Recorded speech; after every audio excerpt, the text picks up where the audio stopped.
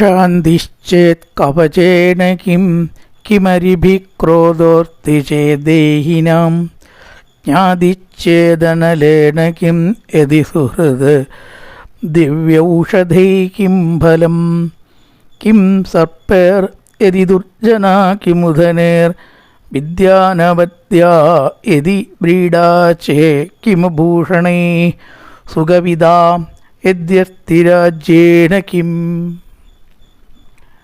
നമസ്കാരം. പ്രഭാത കേളിയിലേക്ക് എല്ലാവർക്കും സ്വാഗതം.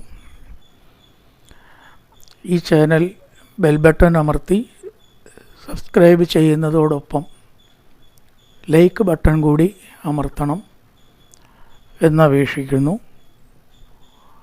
പ്രിയരെ, ഭർതൃഹരിയുടെ നീതിശതകത്തിൽ വിദ്വത് പദ്ധതിയിലത്തെ 10 ശ്ലോകം, അതിൽ 7ാമത്തെ ശ്ലോകമാണ് ചൊല്ലിയത്. കവി സൂചിപ്പിക്കുന്നത് ചില ദുർഗുണങ്ങൾ, ചില സദ്ഗുണങ്ങൾ, അതിൻ്റെ മഹത്വമാണ്. അതായത് ക്ഷമ ഉണ്ടെങ്കിൽ മറ്റ് കവചത്തിൻ്റെ ആവശ്യമെന്ത് എന്നാണ് ചോദിക്കണം. ക്ഷമ നമ്മളെ എല്ലാറ്റിനും രക്ഷിക്കും. ക്ഷമാബലം അശക്താനാം ശക്താനാം ഭൂഷണം ക്ഷമ. അതുപോലെ തന്നെ നല്ല ചങ്ങാതി ഉണ്ടെങ്കിൽ എന്തിനാണ് ദിവ്യൗഷധം.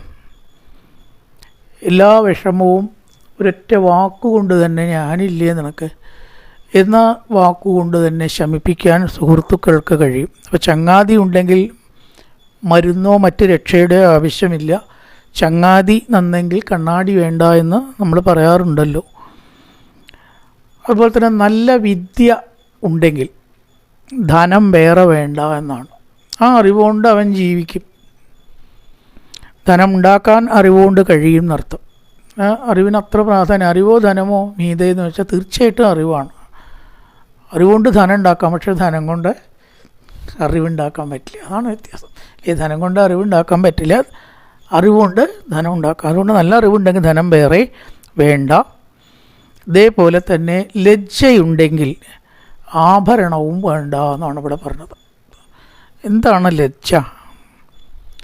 ദേവീമാഹാത്മ്യത്തിലൊക്കെ അമ്മ അല്ലെങ്കിൽ ഭഗവതി ദേവിയാണ് ലജ്ജയായിട്ട് സജ്ജനങ്ങളിൽ പ്രവർത്തിക്കുന്നത് എന്ന് പറയുന്നു. സാധാരണ പറയുന്ന വെറും ലജ്ജ എന്നുള്ള ഒരു അർത്ഥമല്ല, അതിന് കുറച്ചൊരു അർത്ഥമുണ്ട്. അപ്പോഴേ അതിൻ്റെ ഔചിത്യം നമുക്ക് മനസ്സിലാവുള്ളൂ. ചീത്ത പ്രവൃത്തികൾ ചെയ്യാനുള്ള മടി എന്നാണ് അതിൻ്റെ യഥാർത്ഥ അർത്ഥം കൊടുത്തിരിക്കണം. ദേവീമാത്മ്യത്തിലൊക്കെ പറയും ചീത്ത പ്രവൃത്തി ചെയ്താൽ കുറച്ച് നല്ല ലാഭം ഉണ്ടാവും, ചെയ്യാൻ പറ്റും. അയ്യോ വേണ്ട കേട്ടോ, ആ ലാഭം എനിക്കില്ലെങ്കിലും അത് ചെയ്താൽ എനിക്ക് പറ്റില്ല, അത് ചെയ്തിട്ട് ആ ഗുണം എനിക്ക് വേണ്ട എന്നുള്ള ആ ഗുണത്തിനാണ് നമ്മൾ ഹ്രീ എന്നാണ് സംസ്കൃതത്തിൽ അതിന് പറയുക. ഹ്രീ അല്ലെങ്കിൽ ലജ്ജയുണ്ട് എന്ന് വയ്ക്കുക. ചീത്ത പ്രവൃത്തികൾ ഏത് സാഹചര്യവും ലാഭമോ കിട്ടിയാലും ചെയ്യില്ല. അങ്ങനത്തെ ഒരാൾക്ക് വേറെ ആഭരണം വേണ്ട എന്ന് പറയണം. ഏറ്റവും നല്ല ആഭരണം സ്വർണ്ണാഭരണമോ കങ്കണങ്ങളെക്കാട്ടിലും കൂടുതൽ ദുഷ്പ്രവൃത്തികൾ ചെയ്യാനുള്ള മടിയാണ് ഒരാളുടെ ഏറ്റവും വലിയ അലങ്കാരം എന്ന് പറഞ്ഞിരിക്കുകയാണ്. അതേപോലെ തന്നെ നല്ല കവിത ഉണ്ടെങ്കിൽ വേറെ എന്തിനാണ് രാജ്യമോ സമ്പത്തോ? ഇതൊക്കെ സദ്ഗുണങ്ങളാണ് പറഞ്ഞിരിക്കുന്നത്. ദേഹിനാം ക്ഷാന്തി ചേത് കവചേന കിം. ക്ഷമയുണ്ടെങ്കിൽ എന്തിനാണ് വേറെ കവചം? നമ്മളെ രക്ഷിക്കുന്നത് ക്ഷമയാണ്. ആ ക്ഷമ കൊണ്ട് എങ്ങനെയും നേരിടാം എന്നർത്ഥം. അതേപോലെ തന്നെ നല്ല സുഹൃത്തുക്കൾ ഉണ്ട് എന്നുണ്ടെങ്കിൽ നമുക്ക് എന്തു വേണ്ട? വേറെ ഔഷധമോ ഒന്നും വേണ്ട. സുഹൃത്ത് നമ്മളെ എപ്പോഴും ആശ്വസിപ്പിച്ചുകൊണ്ടിരിക്കും. വിദ്യ ഉണ്ടെങ്കിൽ ധനം വേറെ ആവശ്യമില്ല. നല്ല കവിത അല്ലെങ്കിൽ പാണ്ഡിത്യം, സാഹിത്യം, ഇതിലൊക്കെയുള്ള അറിവുണ്ടെങ്കിൽ ധനം വേറെ വേണ്ട. ഇതെല്ലാം സദ്ഗുണങ്ങളാണ്. ഇനി ദുർജനങ്ങളുടെ ഗുണങ്ങളും ഇവിടെ പറയേണ്ട. ക്രോധ അസ്തി ചേത് അരിഭീക്കും. ഒരാൾക്ക് മൂക്കത്താണ് ചുണ്ടി, തൊട്ടേനും പിടിച്ചതിനൊക്കെ ദേഷ്യം വരികയാണെന്ന് വിചാരിക്കുക. ദുർഗുണങ്ങളാണ്. ഇനി അതുണ്ടെങ്കിൽ ശത്രുക്കൾ പിന്നെ ഉണ്ടാക്കേണ്ട ആവശ്യമുണ്ടോ എന്ന് ചോദിക്കുകയാണ്. അയാളുടെ ദേഷ്യം തന്നെ അയാൾക്ക് ശത്രുവായിട്ട് തീരും. പ്രഹ്ലാദൻ ഹിരണ്യേശ്വരനോട് അടക്കം പറയേണ്ടത് അച്ഛൻ ലോകത്തിലുള്ള ശത്രുക്കളെ മുഴുവൻ അച്ഛൻ ജയിച്ചു. ഏമനായ ചക്രവർത്തിയാണ്. അച്ഛൻ്റെ ഉള്ളിലുണ്ടൊരു 5-6 അതിനെ ജയിച്ചിട്ടില്ലല്ലോ. ഉള്ളിലുള്ള ശത്രുവിനെ ജയിക്കാത്തവരാണോ ലോകം മുഴുവൻ ജയിച്ചു എന്ന് പറഞ്ഞ് നടക്കുന്നത്?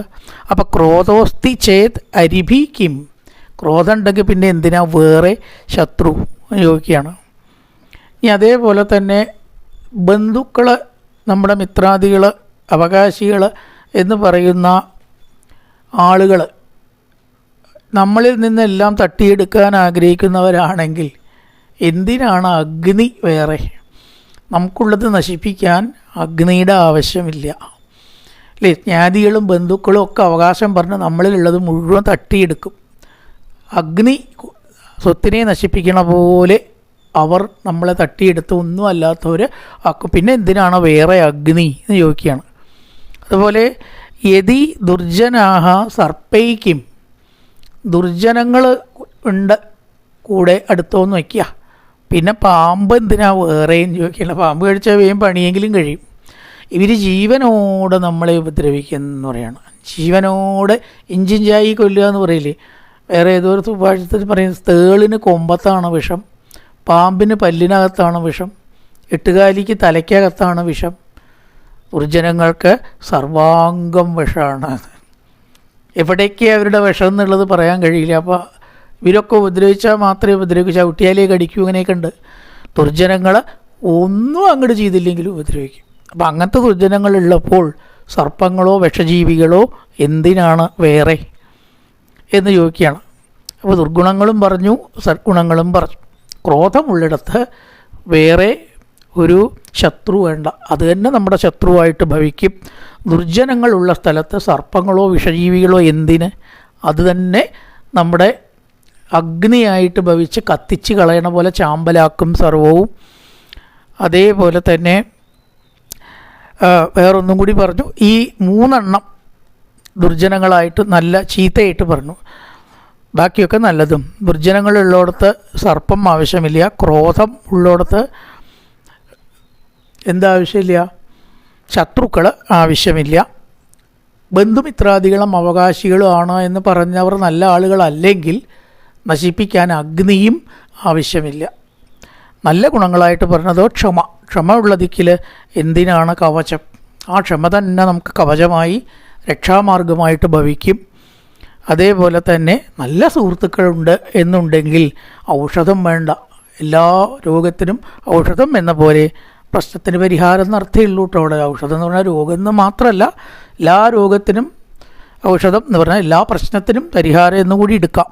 അവിടെ നല്ല അറിവുള്ള ഒരാൾക്ക് സമ്പത്ത് വേറെ വേണ്ട. സമ്പത്തുള്ളവർക്ക് അറിവുണ്ടാവണം എന്നില്ല, പക്ഷെ അറിവുകൊണ്ട് സമ്പത്ത് നമുക്ക് നേടാം. സമ്പത്ത് കൊണ്ട് അറിവ് നേടാൻ പറ്റില്ല.